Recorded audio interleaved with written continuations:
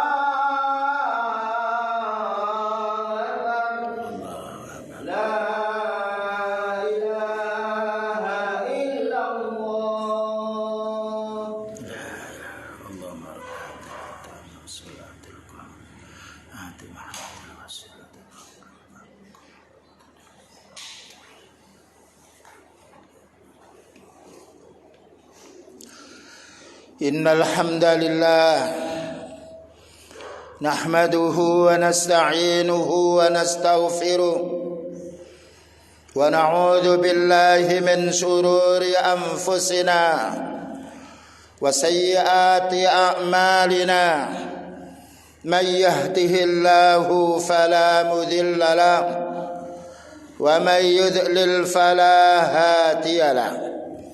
أشهد أن لا إله إلا الله وحده لا شريك له وأشهد أن محمدا عبده ورسوله.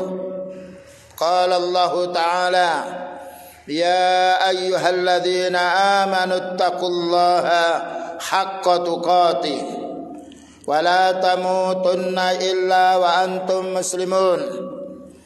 يا أيها الناس اتقوا ربكم الذي خلقكم من نفس واحدة وخلق منها زوجها وبث منهما رجالا كثيرا ونساء واتقوا الله الذي تساءلون به والأرحام إن الله كان عليكم رقيبا. يا أيها الذين آمنوا اتقوا الله وقولوا قولا سديدا يصلح لكم أعمالكم ويغفر لكم ذنوبكم ومن يطع الله ورسوله فقد فاز فوزا عظيما. أما بعد فإن أصدق الحديث كتاب الله وخير الهدى هدى النبي صلى الله عليه وسلم وشر الأمور محدثاتها وكل محدثة بدعة وكل بدعة ضلالة وكل ضلالة في النار. أما بعد Ma'asyiral muslimin, jamaah salat Jumat yang dimuliakan oleh Allah Ta'ala. Allah Ta'ala berwasiat kepada kita wa innaka la'ala khuluqin 'adzim. Dan sesungguhnya engkau wahai Nabi adalah memiliki akhlak yang sangat mulia. Dan juga Allah berfirman, laqad kana lakum fi rasulillahi uswatun hasanatun liman kana yarjullaha wal yawmal akhir wa dzakarallaha katsira. Artinya, sungguh untukmu hai kaum muslimin memiliki suri tauladan yang baik, akhlak yang mulia, yaitu pada diri Rasulullah sallallahu alaihi wasallam. Tentunya akhlak yang mulia ini akan diikuti oleh orang-orang beriman kepada Allah, beriman adanya hari pembalasan, dan orang yang selalu zikrullah, ingat kepada Allah Ta'ala. Kaum muslimin, dua ayat ini menunjukkan kemuliaannya akhlak yang mulia, yang membedakan diri kita dengan hewan, membedakan diri kita dengan orang yang bukan muslim. Oleh karena itu kita jumpai para anbiya, para sahabat, mereka memiliki keistimewaan menjadi orang-orang yang baik, menjadi suri tauladan untuk kita semuanya. Karena Allah Ta'ala memberikan wahyu, sungguh suri tauladan yang paling baik adalah dirimu wahai Nabi. Dan juga Allah Ta'ala beliau juga memberi penjelasan kepada kita, suri tauladan yang baik setelah Rasulullah SAW adalah para sahabat radhiyallahu anhum, sebagaimana hati yang sudah kita fahami bersama. Inilah pentingnya kaum muslimin, bagaimana kita memiliki akhlak yang mulia, budi pekerti yang membedakan kita dengan makhluk yang lain, membedakan kita dengan orang kafir. Maka Allah menjelaskan pada kita bahwasanya tidak sama orang yang kufur dengan orang mukmin, tetapi Allah Ta'ala muliakan orang beriman. Di antara akhlak yang mulia yang harus kita fahami dan kita amalkan, beliau mengatakan al-birru husnul khuluq. Al-birru husnul khuluq. Akhlak yang baik itu kebaikan itu adalah akhlak yang mulia. Al-birru husnul khuluq. Kebaikan itu adalah akhlak yang mulia. Bagaimana kita bisa berakhlak dengan istri kita, dengan anak kita, dengan suami kita, dengan tetangga kita. Inilah yaitu ciri khas orang beriman. Wal ismu ma haka fi sadrika. Sedangkan dosa itu apa yang meragukan dalam hatimu. Wa karihta ayyat tali alaihin nas. Dan kamu malu apabila kamu memiliki akhlak yang jelek itu dilihat oleh orang lain. Inilah yang perlu kita fahami. Akhlak yang mulia adalah akhlak yang menyenangkan diri kita, yang itu diridhai oleh Allah Ta'ala. Dan juga kita menjauhi sesuatu hal yang apabila dilihat oleh orang lain kita malu. Maka ini adalah yang perlu kita fahami. Termasuk orang yang sifatnya berpakaian tidak sempurna bagi kaum laki-laki. Demikian juga bagi kaum wanita. Ini menunjukkan kurang akhlaknya, perlu diperbaiki. Selanjutnya, akhlak yang jelek banyak sekali. Ketika Allah Ta'ala menjelaskan akhlak yang baik, wa innaka la'ala khuluqin 'adzim, berarti akhlak yang buruk juga ada. Kan kebalikan yang baik dari adalah buruk. Termasuk berzina, naudzubillah min dzalik. Mencuri, mengurangi timbangan, menipu, juga memalsu barang, dan juga mengurangi takaran. Demikian juga mencela, mencaci. Ini adalah akhlak yang wajib kita jauhi. Dan banyak ayat yang menjelaskan hal ini.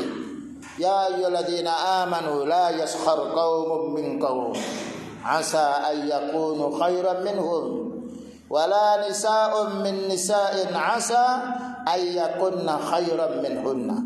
Wahai kaum, jangan sampai kalian itu menghina, mencela kepada yang lain. Boleh jadi yang kamu hina itu lebih baik daripada dirimu. Wahai wanita, janganlah engkau mencela kepada wanita yang lain. Boleh jadi wanita yang kamu cela itu lebih baik daripada dirimu.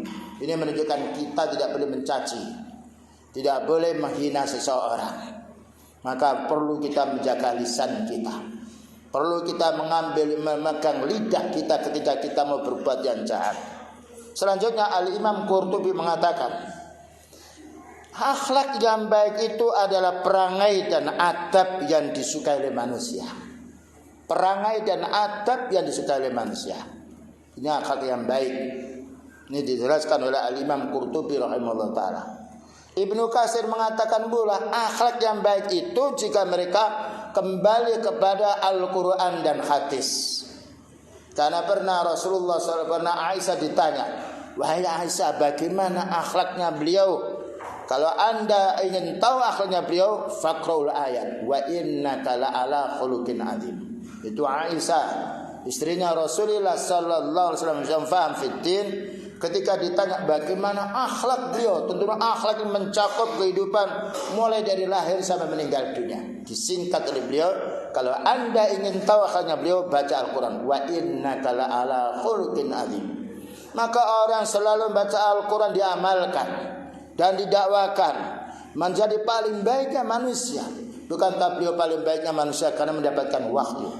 Demikian juga para sahabat radhiyallahu anhu paling baik yaitu akhlaknya karena mengikuti atau ittiba kepada sunnah Rasulullah sallallahu alaihi wasallam. Abdullah bin Mubarak mengatakan, akhlak yang baik adalah berwajah gembira ketika bertemu dengan saudaranya, bertemu dengan keluarganya. Ya, pada saat berjumpa dengan kawannya, tentunya kita kawan yang sejenis. Kecuali kalau kita dengan keluarga kita, tunjukkan senyum kita pada keluarga kita, merasa kita senang dengan si dia. Selanjutnya pula ini diriwayatkan oleh Imam Tirmidzi, hadis nomor 2136, bahwa akhlak yang mulia adalah akhlak kita menampakkan wajah kita yang berseri-seri, tolikul wajhi, berwajah berseri-seri ketika kita berjumpa dengan orang muslim walaupun mereka punya salah. Selanjutnya, bagaimana dengan akhlaknya Rasulullah sallallahu alaihi wasallam? Ini harus kita pahami. Maka ketika beliau Rasulullah sallallahu alaihi wasallam ditanya oleh para sahabat, yaitu melewat istrinya, wahai Aisyah, tunjukkan kepadaku bagaimana saya bisa memahami akhlaknya beliau. Maka Aisyah mengatakan, kana khuluquhu al-Quran. Kalau anda ingin tahu akhlaknya Rasulullah SAW, baca Al-Quran. Karena Al-Quran mulai dari surat Fatihah sampai surat An-Nas mendidik akhlak manusia. Karena itu para sahabat sebelum masuk Islam akhlaknya tidak baik. Ketika masuk Islam menjadi paling banyak umat, bahkan juga paling banyak generasi, khairun nasi qarni, summal ladzina yalunahum, summal ladzina yalunahum. Paling banyak generasi ini orang mukmin yang hidup bersamaku, yaitu para sahabat.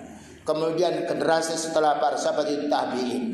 Kemudian juga generasi setelah tabi'in, tabi'in. Inilah yang ditentukan oleh Rasulullah sallallahu alaihi wasallam. Kemudian beliau membacakan, wa innaka la'ala khuluqin adzim. Sesungguhnya engkau wahai Nabi Muhammad sallallahu alaihi wasallam memiliki akhlak yang mulia. Jadi panutan kita kaum muslimin bukan orang tua kita, bukan bapak kita, bukan tetangga kita, bukan tokoh kita. Kita punya panutan yang bersih, yang dibelah oleh Allah Ta'ala dadanya Rasulullah sallallahu alaihi wasallam, dijauhkan dari sifat-sifat yang jelek.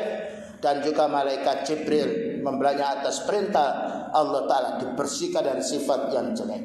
Wa innaka la'ala khuluqin adzim. Oleh karena itu kaum muslimin, dengan dasar ayat di atas, tidak mungkin kita akan memiliki akhlak yang mulia melainkan kembali kepada Al-Quran. Karena Allah mengatakan, wa innaka la'ala khuluqin adzim. Sesungguhnya engkau Nabi memiliki akhlak yang mulia disebabkan karena mengikuti wahyunya Allah Subhanahu wa taala dan juga mengikuti sunnah Rasulullah sallallahu alaihi wasallam. Oleh karena itu beliau mengatakan, alaikum bisunnati wa sunnatil khulafa'ir rasyidin al-mahdiyyin min ba'di. Kamu wajib mengikuti sunnahku dan sunnah para sahabat yang generasi yang setelah aku. Kemudian juga Rasulullah SAW bersabda, innama bu'istu liutammima makarimal akhlak. Hadis ini diriwayatkan oleh Imam Ahmad dan disahkan oleh Imam Albani. Innama bu'istu, sesungguhnya saya ini diutus oleh Allah Ta'ala di permukaan dunia ini untuk menyempurnakan akhlak manusia. Bayangkan beliau sebelum lahir bagaimana akhlaknya bangsa Arab pada saat itu. Kuno membunuh, zina menzinai, dan juga yaitu curi mencuri yang lainnya, kabur dan resah kehidupan pada zaman jahiliyah. Tetapi Allah Ta'ala belas kasihan kepada hambanya, diutusnya seorang nabi, yaitu dari jenis manusia, supaya bisa bergaul dengan manusia. Wa innaka la'ala khuluqin adzim, sehingga engkau wahai nabi memiliki akhlak yang mulia. Bahkan itu diakui oleh bangsa Arab saat itu, dan dikasih sebutan Al-Amin, orang bisa dipercaya. Namun setelah beliau berdakwah di atas sofa menyampaikan tauhid, barulah mereka berselisih saat itu. Tapi dari akhlak mereka tahu bahwa beliau bukan pembohong, beliau bukan memiliki akhlak yang buruk, tapi akhlak yang baik. Inilah yang diakui oleh bangsa Arab dulu, bahkan juga diakui oleh orang kafir yang menyembunyikan dirinya. Tidak ada manusia yang paling baik di permukaan bumi ini kecuali Rasulullah SAW, karena beliau tidak pernah berbuat jahat sesama yaitu manusia. Kemudian anjuran kita memiliki akhlak yang mulia.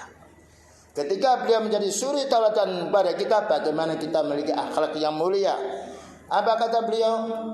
Ma min syai'in asqalu fil mizan min husnil khuluq.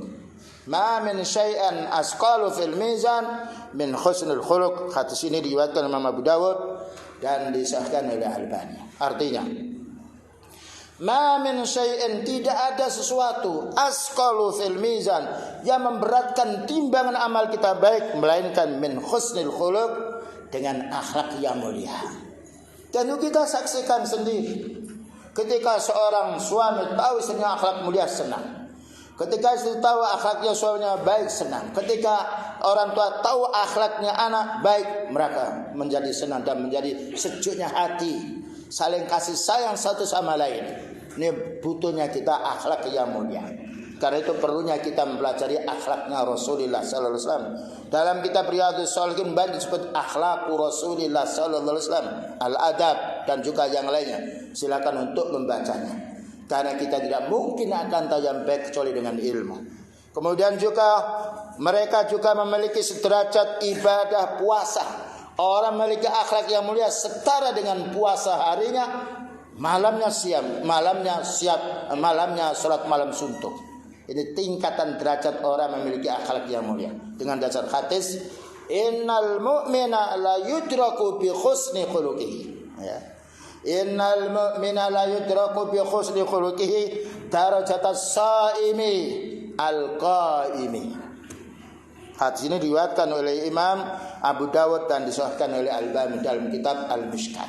Artinya, innal mu'mina, sungguhnya orang mukmin, la yudraku bi husni khuluqihi, akan menjumpai dengan akhlaknya yang baik, darajatas saimi, seperti orang yang siam pada waktu harinya, wal qaimi, seperti orang yang salat malam pada malam harinya. Keutamaan akhlak kaum muslimin. Oleh karena itu, bagaimana kita orang mukmin menjadi suri taulatan yang baik untuk orang yang lainnya. Jangan sampai kita mengambil adab-adabnya orang kufar, adab-adab orang jahil, karena kita punya panduan kitab. Rujukan kita adalah Al-Quran dan hadis Rasulullah sallallahu alaihi wasallam. Orang yang berakhlak karimah sempurna imannya. Ini juga kemuliaan akhlak yang mulia.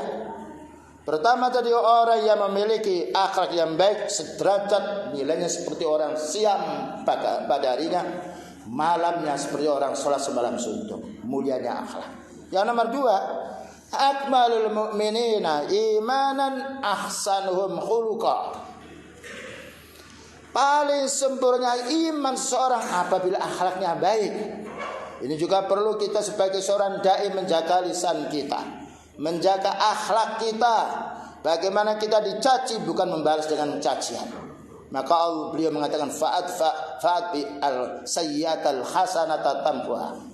Maka tutup kejahatan itu dengan perbuatan baik, itu akan menghapus kejahatan. Ya, maka ini perlu kita fahami. Sering kita terjadi pertengkaran satu sama lain, maka kita harus paham kita ini punya akhlak. Allah membedakan kita dengan orang kafir dengan akhlak. Karena itu perlu kita bersabar, perlu kita mengakui dosa kita, perlu kita yaitu memaklumi orang berbuat salah. Suatu saat seorang istri memangnya kurang akalnya mencaci si suami, maka kita harus sabar. Oh iya, ada kekurangan wanita ini, kekurangan agamanya, kekurangan pula yaitu dalam masalah yang lainnya. Maka kita harus maklumi bagaimana kita menjadi orang yang baik kepada istri.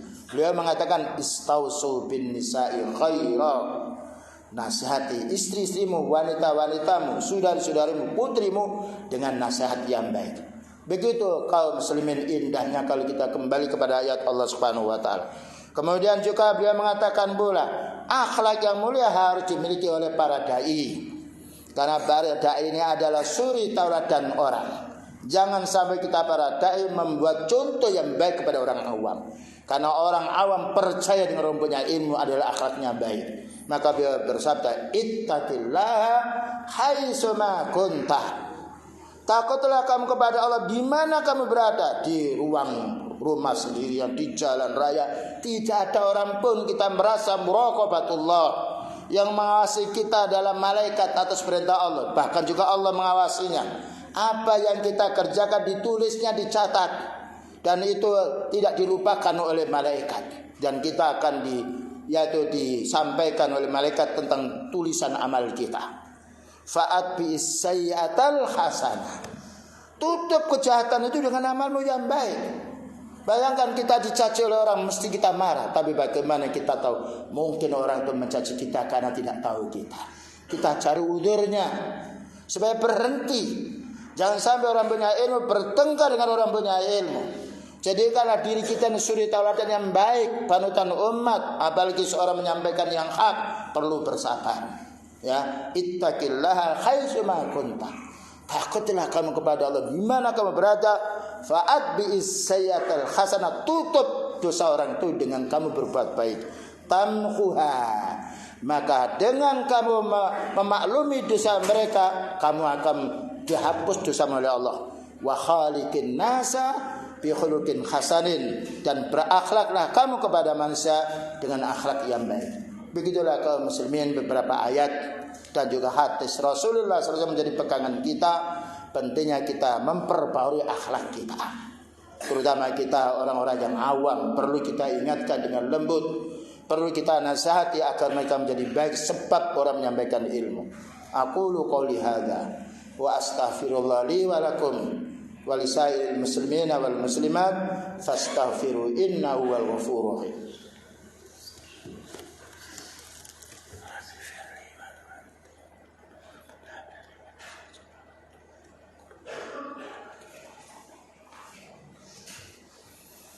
Alhamdulillah hamdan kama amara. Asyhadu an la ilaha illallah wahdahu la syarika lah.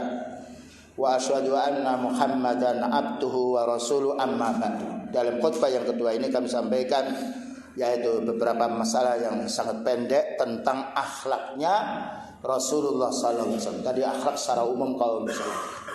Bagaimana kita meninjau melihat akhlaknya beliau sehingga orang banyak masuk Islam, bahkan orang kufur pura karena melihat akhlak yang mulia bisa menjadi masuk Islam. Beliau mengatakan, Allah berfirman, Muhammadur Rasulullah walladzina ma'ahu asyidda'u 'alal kuffari ruhama'u bainahum. Muhammad itu utusan Allah, bukan Tuhan, tapi utusan Allah. Walladzina ma'u, dan orang-orang mengikuti beliau dari kalangan para sahabat, asyidda'u 'alal kufar, berlaku keras terhadap orang kafir. Kekerasan itu bukan membunuh, tapi menunjukkan kebencian hatinya terhadap kekufuran.